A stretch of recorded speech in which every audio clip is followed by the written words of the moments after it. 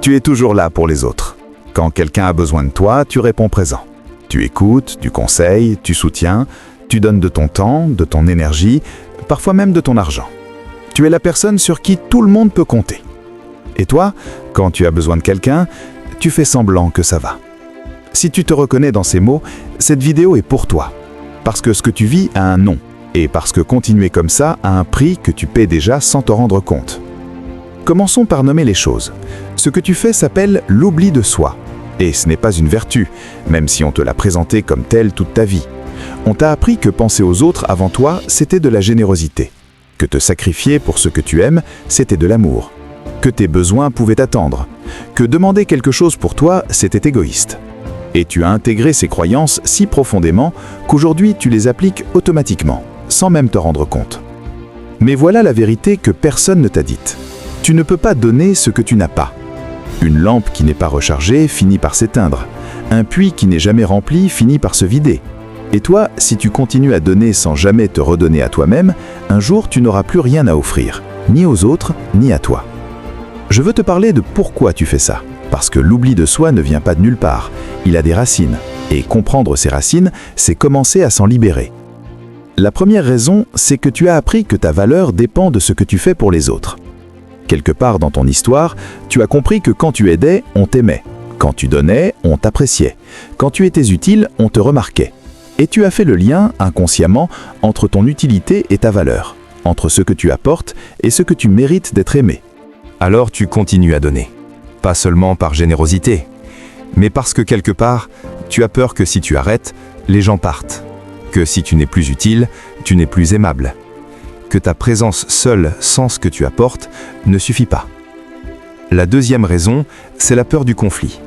Dire non, c'est risquer de décevoir, risquer de blesser, risquer que l'autre soit en colère. Et pour quelqu'un qui a grandi dans un environnement où le conflit était dangereux, où décevoir les autres avait des conséquences, dire non est presque physiquement impossible. Alors tu dis oui, encore et encore, même quand tu es épuisé, même quand tu n'en as plus envie, même quand ce oui te coûte quelque chose que tu ne peux pas te permettre de donner. La troisième raison, c'est que prendre soin de toi te semble égoïste. Cette croyance, elle est profonde et elle est fausse, mais elle est là, et elle te murmure que tes besoins sont moins importants que ceux des autres. Que te reposer quand il y a des choses à faire, c'est de la paresse. Que penser à toi avant de penser aux autres, c'est mal. Et tu continues à te mettre en dernier, toujours en dernier. Voici ce que l'oubli de soi te fait concrètement, parce que ce n'est pas sans conséquence. Il t'épuise profondément. Pas juste la fatigue physique, une fatigue de l'âme. Cette fatigue particulière de quelqu'un qui donne sans cesse, sans jamais recevoir. Qui écoute sans jamais être entendu. Qui soutient sans jamais être soutenu. Et un jour, cette fatigue devient si lourde que tu n'as plus envie de rien. Plus envie de voir les gens. Plus envie de décrocher le téléphone. Plus envie de sourire. C'est ton corps et ton âme qui te disent « stop ». Il crée du ressentiment. Et c'est la partie que tu n'oses pas avouer, parce que tu es quelqu'un de bien. Et les gens bien ne sont pas censés être en colère contre ceux qu'ils aiment. Mais au fond, il y a quelque chose qui gronde. Une frustration sourde contre tous ces gens à qui tu as tout donné et qui ne t'ont jamais rendu l'appareil. Contre toutes ces situations où tu as dit oui alors que tu voulais dire non. Ce ressentiment, si tu ne le regardes pas en face, il va empoisonner tes relations les unes après les autres. Il t'éloigne de toi-même. À force de toujours te tourner vers les autres, tu as perdu le contact avec toi-même. Tu ne sais plus vraiment ce que tu veux, ce dont tu as besoin, ce qui te fait du bien. Tu connais parfaitement les besoins des gens autour de toi, mais les tiens, tu les as oubliés depuis si longtemps que tu ne sais même plus comment les identifier. Parlons maintenant de ce que tu peux faire, parce que je ne veux pas te laisser avec juste un diagnostic, je veux te laisser avec des outils.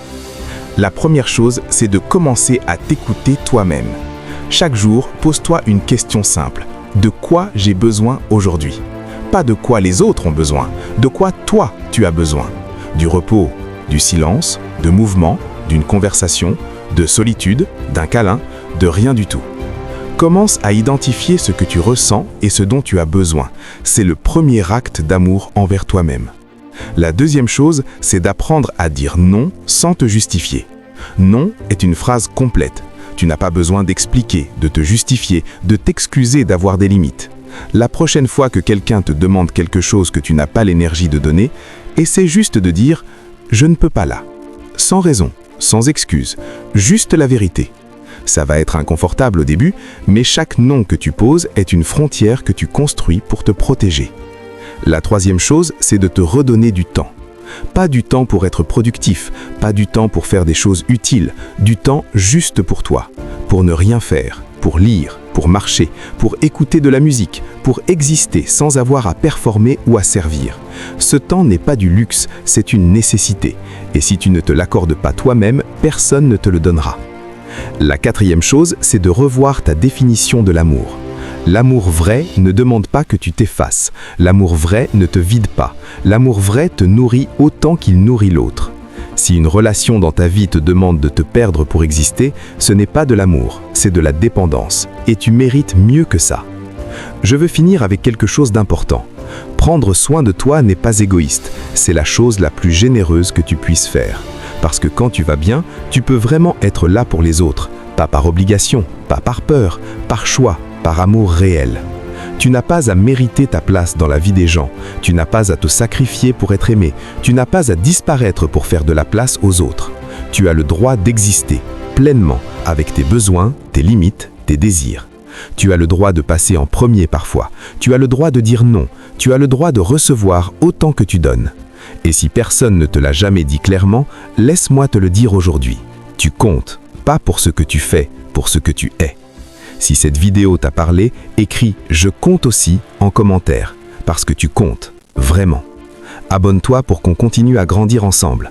On avance.